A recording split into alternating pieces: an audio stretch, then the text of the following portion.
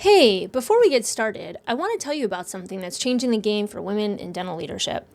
It's called the Empowered Leadership Experience for Women in Dental. It's a 6-month transformational journey for women who are done with burnout, overfunctioning, and trying to lead like someone they're not. This isn't just another leadership training, it's a coming home to your voice, your power, and your joy.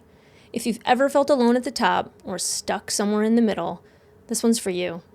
Enrollment is now open. Head to leadhershipexperience.com to enroll. Because real leadership isn't about performing, it's about remembering who you are. Now, let's get into today's episode. Marissa Gonzalez sure is fun. She is considered the OG unicorn of our Thrive Tribe, which is a marketing agency in the dental space that specializes in all kinds of things. She is an absolute delight. She's so fun and so spirited, and she is young and very driven, and she brings a refreshing perspective to the idea of marketing and storytelling, having a degree in journalism and then eventually making her way to marketing and then eventually making her way into dentistry. She brings a whole world of perspective, and I just really love how she breaks down the beauty of marketing and how it's just really simplified into finding your story and continuing to tell your stories through the lens of how you see life. And so we break it down, and of course we end up talking about our cats and what's not to love about my precious Kelly cat, and all of the lessons that I learned from her on being human through the lens of my tiny little 13-pound fur ball who teaches me so many lessons, more lessons than I ever imagined would be possible.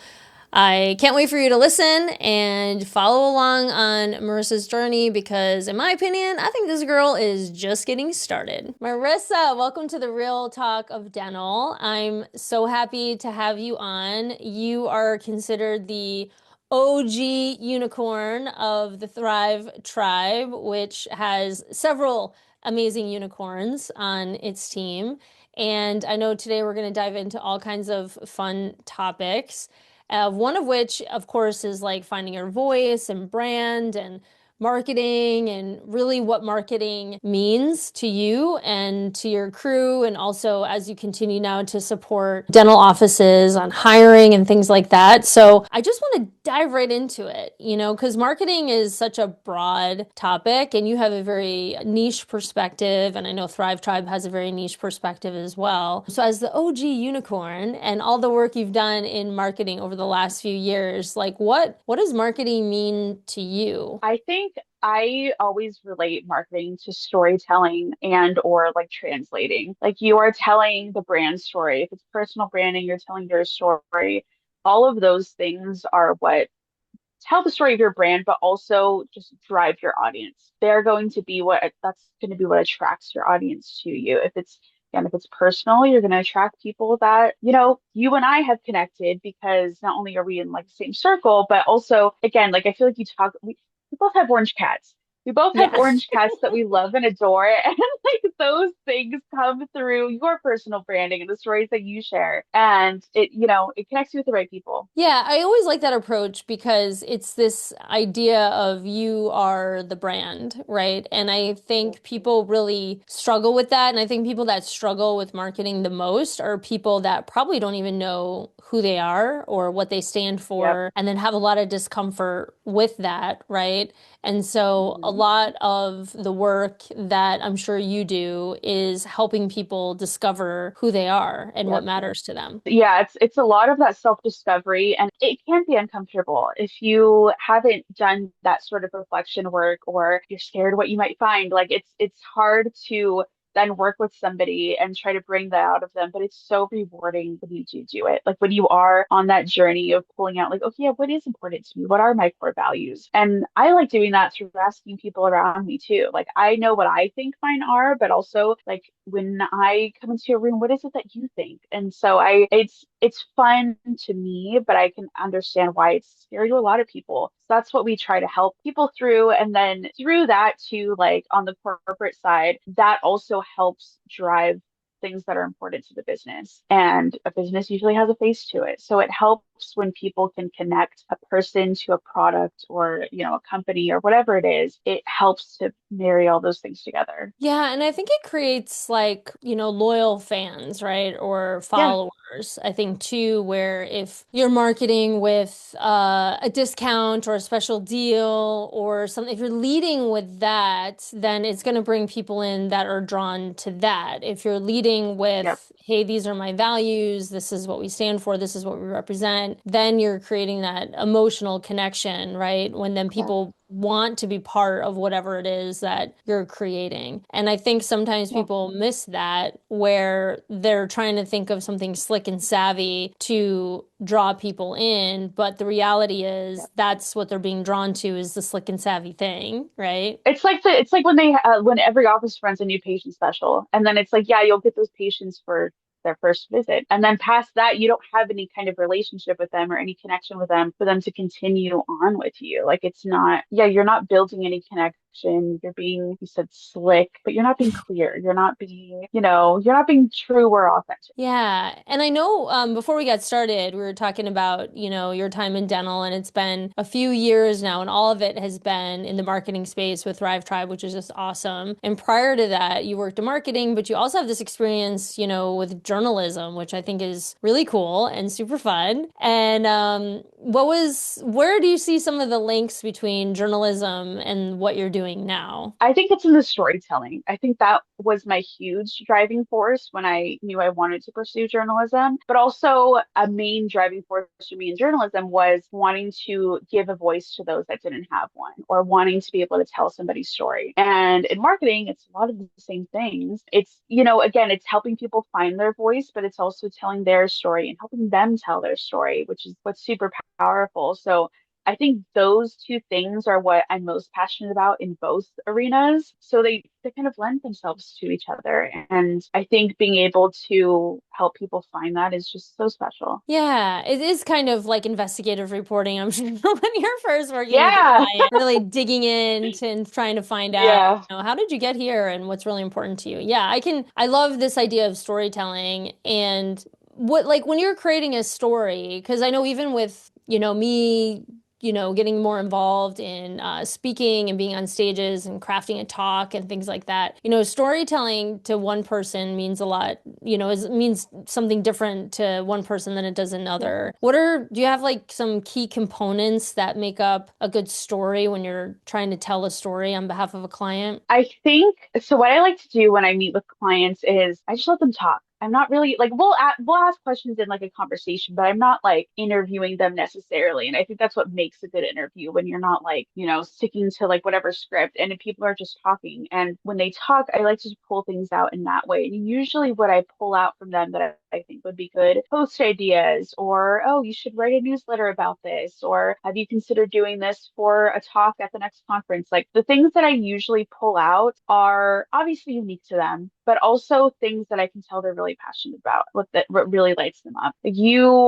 I don't think it's even creating the story. You're just finding the story that's already there. And having the eye to really pull that out is what is special. And people need help with sometimes. And that's exactly what we do. But it's already there. It's not anything that I've like necessarily created from them, but it's already something that's there that they don't recognize in themselves. And I'm like, yeah, do you realize like that, like I just thought of 5 post ideas for you when you were just telling that story about how you spent your Thanksgiving and like how it, tied into different morals or core values. And like that's to me is what it is. I love that. Yeah. Yeah, it is always really interesting. Like the water in which we swim, we tend to not, recognize what makes us unique Yeah. or what draws people into us because it's like all we know. And then you have like an outside Yeah. perspective, yeah, bringing in some insight, which is always super helpful.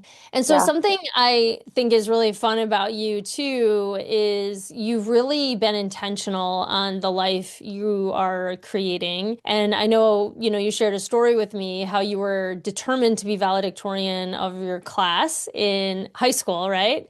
and Yes. you manifested this and you pre-wrote your valedictorian speech a year before you were crowned the title, which is just Yes. incredible. And I absolutely love that you did this. You were like, this is what I'm set out to do. And a lot of the work, that I do too is around mindset and having that clarity. And I think a lot of what we're talking about today is having that clarity, right? And so many people aren't clear.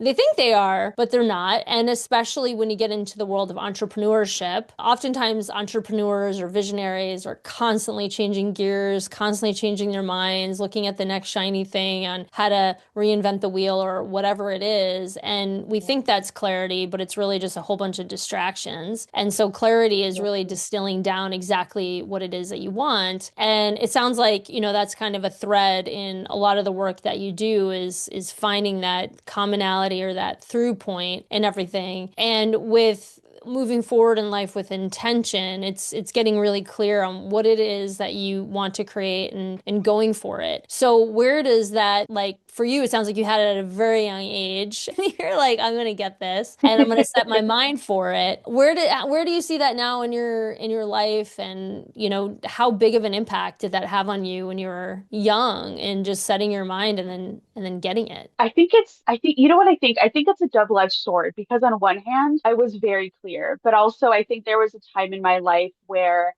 I was a bit too rigid on those things. And I was like, okay, well, that's what I said. So now I have to commit to that. And it's like, okay, well, yes, you can be very clear about what you want, but you can also be clear about if you want to change your mind. And I think that was something that I kind of struggled with. And I was telling you, I obviously made a career change. I made a big pivot. I was only pursuing journalism because that's what I had set out to do. And that's what I knew I wanted to do. And I did. And I loved the time that I spent doing it. But also, it was like, okay, I now know that I'm changing as a person and I'm evolving as a person. And that's not a bad thing. And instead of staying where I thought I was supposed to be, I can acknowledge that, yes, I accomplished that. Yes, I did that. But also, I need something different now. And so I think being honest with yourself also gives you that clarity of where do I go next in life? Where do I go?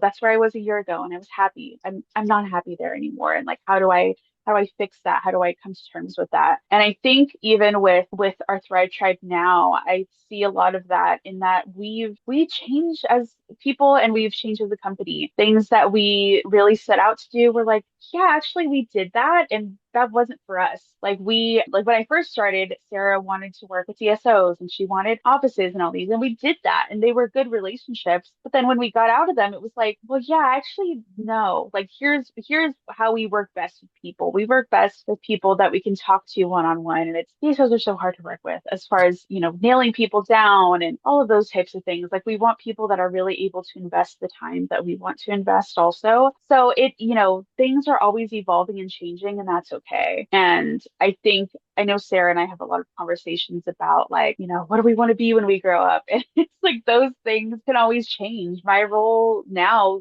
3 years later, is different than it was when I first started 3 years ago, or what I would have envisioned for myself at that time. And I'm grateful for that. And it's, exciting. Yeah, being on the journey for sure. What is like when you have these, just like in the art of manifestation or creation, or what do you, when you really do want something or envisioning something, do you have any sort of practices or ways of going about working for the specific goals that you're trying to achieve? I think I do some manifestation coaching on the side. I don't know how much I've talked about that on LinkedIn, but I do that. And so what I tell people a lot of the times is just obviously, I don't think they're ready. Do what works for you. Some people like a really regimented, like I'm going to wake up and, look at myself in the mirror and say these things. That doesn't work for me, but I know it works for other people. So what works for me is I just sort of take it as a knowing, like, okay, if this is the outcome I want, nothing is going to move that. So whatever I need to do the work to get to that is what it is. But I know that if there are any trials or tribulations or hurdles or anything, I know that it's still leading me to that outcome. And I think it's just having faith. It's just standing really firm in what I want and what I believe in. And if that vision changes, then it has to change. But if I'm set on it, then that's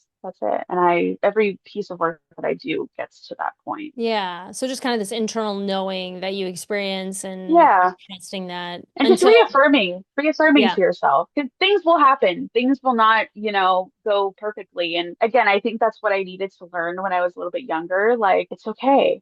It'll still work out because the outcome is still what you want it to be, and that's what you intend for it to be. So it will be. But, things will look different, and that's okay. Yeah, I think especially for those folks that are the high achievers and the perfectionists and the go-getters, it can Yep. be a little tough to know that you can change your mind. And I think Yep. that's something that I had to work through a while back was if you pivot or change your mind, it doesn't mean that you failed at the thing you're changing your mind for Yep. because you can very much have your mindset set on something. And if you don't get to that milestone, it can often feel like a failure for certain types of people.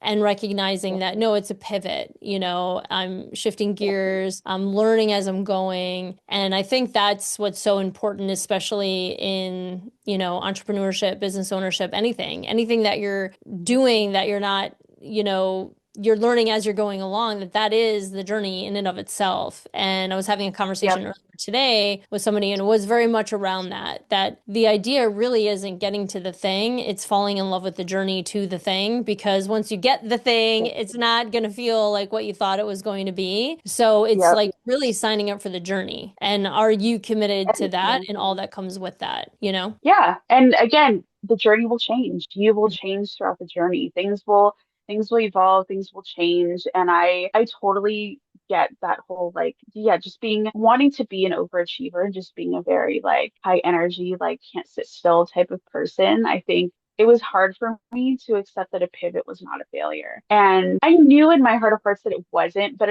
like it always still feels like it because you're like, okay, well, I'm not doing though the specific thing that I really was set on. And like realizing that there are reasons for that. And, going through burnout and dealing with all of that. And, that just affects so many areas of your life. And when I got out of that and when I, discovered my love for marketing and all those things, like I found that spark and that passion again. And I was like, okay, like this is how I know, like this is what I was supposed to be doing. Like that was the right decision because I feel like this now. So I think a lot of it is like a feeling too, but it's hard because like you said, when you get that thing, you never know how you're going to feel. It's rarely, if ever, what you thought it would feel like. So a lot of it is that journey of building yourself and finding yourself and in whatever season you're in. Yeah, yeah. And I think it's important to surround yourself with like great people too, so that you can get that Yep. feedback, people that are really advocating for you and can see all parts of you so you can get what's called an accurate feedback loop. So if you are living in an echo chamber, you're always going to get the same types of advice Yep. or encouragement or something like that. But really recognizing when is it time to pivot? When is it time to quit? Or when is it time for you to just get over whatever you need to work through and stay the course? Yep. Yeah. That this is a bump in the road or a storm and you need to ride it out. I think that's what's so important. And I encourage people all the time to get the support that you need because I know for me, there's no way that I would be where I am today if I didn't have a village, I say, of people that are supporting me and holding me up and guiding me along the way. And I wouldn't trade it for anything. And I think that's one of the beautiful things about people in coaching space, supportive spaces, whatever, because that work lives on through the people that you Yeah. work with, and we all play a part in having things Yeah. work out. And I know in the marketing space, it's part of it too, because I think for most people, if you're with the right marketing team, it can really be therapeutic or transformational or some sort of breakthrough experience because it's really pulling out, like you said, all these aspects of yourself that you otherwise may Mhm. never see. Yeah. And I think for that reason, managing people's personal brands has just been my favorite because when we get on calls, it's not like, oh, is this approved? Like it's not really that kind of conversation, like that transactional marketing conversation of like, oh, your December content's ready or whatever it is. Like it's like that happens, but like the calls, I really want to focus on, what's going on in your life right now. One of my clients, she at the beginning of the year, she was like, I feel like I'm really not in it. Like she was going through health issues with her dog. And so she was like, this is the only thing that's been on my mind. And I was like, well, let's talk about it. Like people love their animals. I know when something is going on with my animals, I shut down. Like, it's like I can't possibly focus on anything else right now. But it also just shows like, anything can mix up your life. And, whether it's a pet or whether it's moving or having a baby or, whatever it is, people have things going on, and like that's what you share then. Like that's what you find. And through those conversations is where we get those pieces. Yeah, yeah.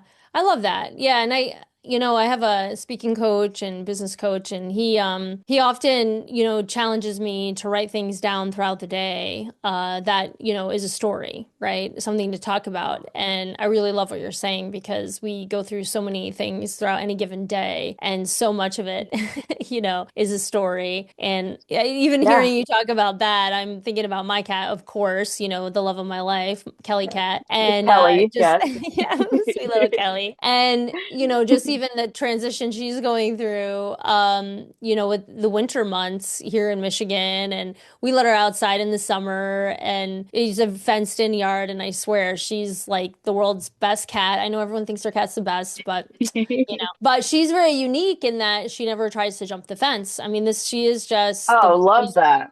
precious little thing. She just sits out there, she chills. She has never Oh, once tried to escape. And she's like just such a pacifist. Like she sits out there with the squirrels and the chipmunks and the birds. And like she no. was even chilling with a skunk one time, like when the sun was setting. My husband's like, Maddie, get out here. And we're like, oh my God, please don't move. And her and the skunk are just hanging out. And I'm just like, oh my Like, this is God. my friend.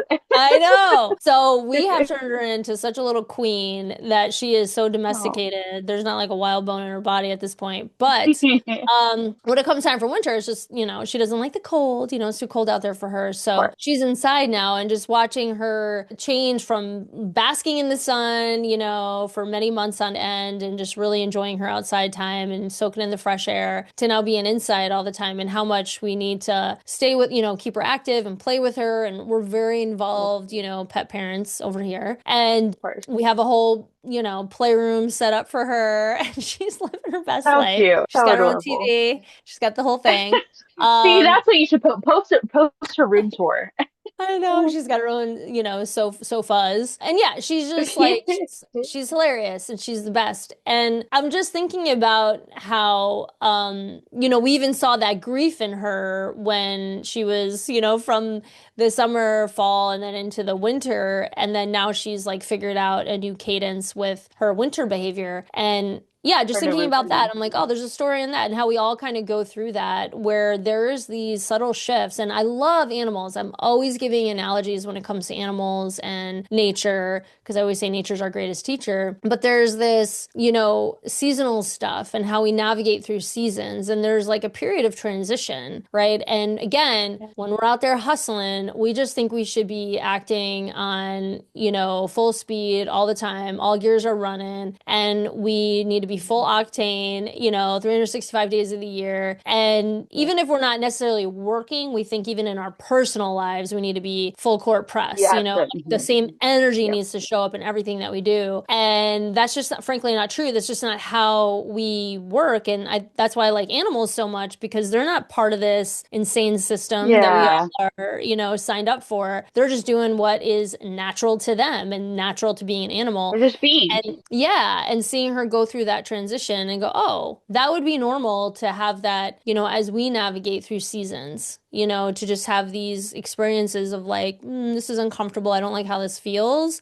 Yeah. And then we find, okay, this is how I'm going to navigate now, this new setting, this new Mhm. thing, and find a new routine, right? So, yeah, just Yeah. you sharing that has reminded me of just even the story of that, which could be used for content or something like Yeah, that. Yeah, absolutely. yeah, Because it's yeah. it's your own personal reflection. It's your own personal reflection, and then it's like it makes you think, and yeah, like that makes me think about things differently. Like, 'cause our whole routine changes during the seasons, and I recently started. It was getting really cloudy and gloomy here, but I got one of those lamps that's like they call them like happy lamps, I think, Yeah, and you yeah, turn it on, yeah. Like the sun and it's lamps. supposed to kind of, yeah, they'd help me so much. I was like kind of a skeptical, but I was like, I don't know, I'm willing to try it because I just get so drained drained and just tired when it's like rainy or cloudy. And I was like, I'll try it. It's helped me so much. And I'm like, but it's those like little adaptations that you can make and little things that you pick up in your routine that change with the seasons, whether it's like literal seasons or, seasons of your life of, okay, like now I want to focus on this, or I want to really be intentional about, this area of my life. Like all of those things are transitions that we all go through at any point in time. Yeah, I love that. And you just reminded me, I have one of those lamps as well, and it's in my closet somewhere, so I need to pull it out. Oh, we need to pull her out. And you kind of have No, it me helps laughing so much. because Michigan is very, very gray, and I'm laughing that someone in San Diego needs a sun lamp. Yeah. So God bless you, girl. Yeah, it's so dramatic. It's sunny today. It's sunny today, but there was a few days last week You're like, there's that four it was hours of like, clouds. yeah, I can't do what body doesn't know what to do. That's Oh, awesome. yeah. That's hilarious. Yeah, I love all of that. It's so cool, and it's refreshing to have these conversations too, because I like the idea that marketing can be so simplified, in the way of like what you're saying. It's like all right there, and people think it has to be some big complicated thing. And yes, there needs to be systems, and you got to, depending on what you're using your marketing for, of course, Right. but I think really recognizing that even me sharing that story is through my lens of life, right? Like animals, nature, Cool. seasons, grief, like all of these types of things, which not everyone's talking about that, right? So if I'm talking about it, it's like, oh, that's representative of my brand and like what I talk about, right? And so I think yeah, that's cool that you're bringing that up because I don't think people think about it in that sort of nuanced way? Yeah. I think like you said, people get really caught up in what they think it should be or Mhm. things they have to talk about or yeah, if I'm, whatever niche within dental you're doing, oh, I can only talk about that and that's not true. And you in fact you shouldn't be only talking about that. Like that's sort of the whole point. Like whether it's a corporate brand, maybe you're highlighting the team, maybe you're talking about if you guys have like a virtual, holiday party, whatever it is or if it's personal, like again, my client was only thinking about her dogs. I was like, we're only going to talk about your dog then, because that's where we're at. That's the season of life that you're in. And like a lot of people can relate to that. And I think it's, yeah, like people, and I get it. Like you think like, oh, this is what I should be posting. This is what I see other people posting, or, this is going to propel my business. And all of those things are important, but also there's other ways to go about it and do it that I think are more effective. Yeah, so cool. So, Marissa, you started a really cool project. You have your own side product hustle, outside of Thrive Tribe. I know these days, which is helping folks market with through the lens of hiring, which I know is such a hot topic right now. So many dental offices are struggling in the hiring space. And so, do you want to share a little bit more about that and why you created this and what your Yeah. hope and intention is for it? Yeah, so it's called the DSM Marketing Sparkle Playbook because everything has to be pink and sparkly. But so it could be for the hiring side, it could be for individuals, really whoever needs it. What it does is it takes marketers that are new to the space that are worked in marketing for years, know marketing inside and out, but if they don't know dental, this course is like a crash course on dental and how those things kind of married together, like your marketing knowledge, your dental knowledge, and what those mean, whether you're working for an industry partner, whether you're working for a DSO or office, it covers all of those areas. So the reason why I created it was because we saw a lot of that in our clients that had either hired internally, like, hey, here's our new director of marketing, we want you to work with them. And they're great at marketing, but they don't know dental. So it's taking that time to, educate them on that. And also, if you are hiring in-house, that's fine, but like make sure they have the right education to back it up. Because again, they know marketing, but I know I went through that learning curve myself and people that we hire, internally for our Thrive Tribe, everybody goes through that where it's really hard to find somebody that's dental marketing specific in our area, at least for our agency. And so having that is super helpful to get people up to speed. And it's everything that I think I, had to learn and, had a learning curve with is all that's in there. And I have some mindset things in there as well, and just different kind of challenges for yourself. And yeah, I'm really proud of it. It was a lot of work, but I'm glad I did it. Yeah, that sounds awesome. And yeah, you're right. There's a lot of times people are coming into dental and they're not quite sure how to Yeah, navigate things. And I think dentistry can be so complex and layered and confusing at times, especially where yeah, it's at now compared to just even a decade or so ago. So I think that's a super helpful yeah, tool.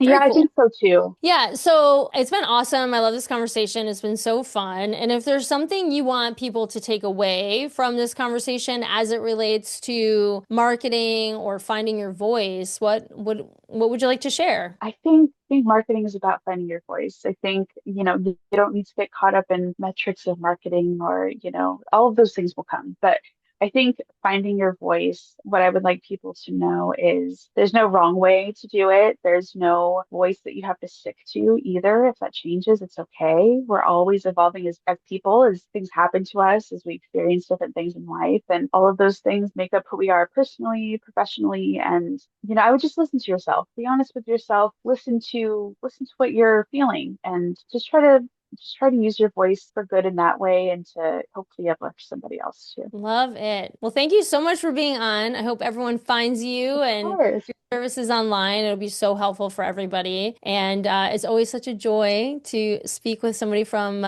the Sparkle Tribe. And I'm glad that we had this time together today, Marissa. Thank you so much. You just listened to the Real Talk of Dental. If it hit, if it stung, if it made you feel just a little more human, good. That's the point. This isn't about fixing practices, it's about healing people.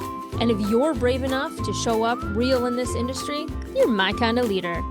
Subscribe, call in, send your wildest workplace confession. And most importantly, don't clean up for anyone. The mess, that's where the magic lives. We'll see you again on the next episode.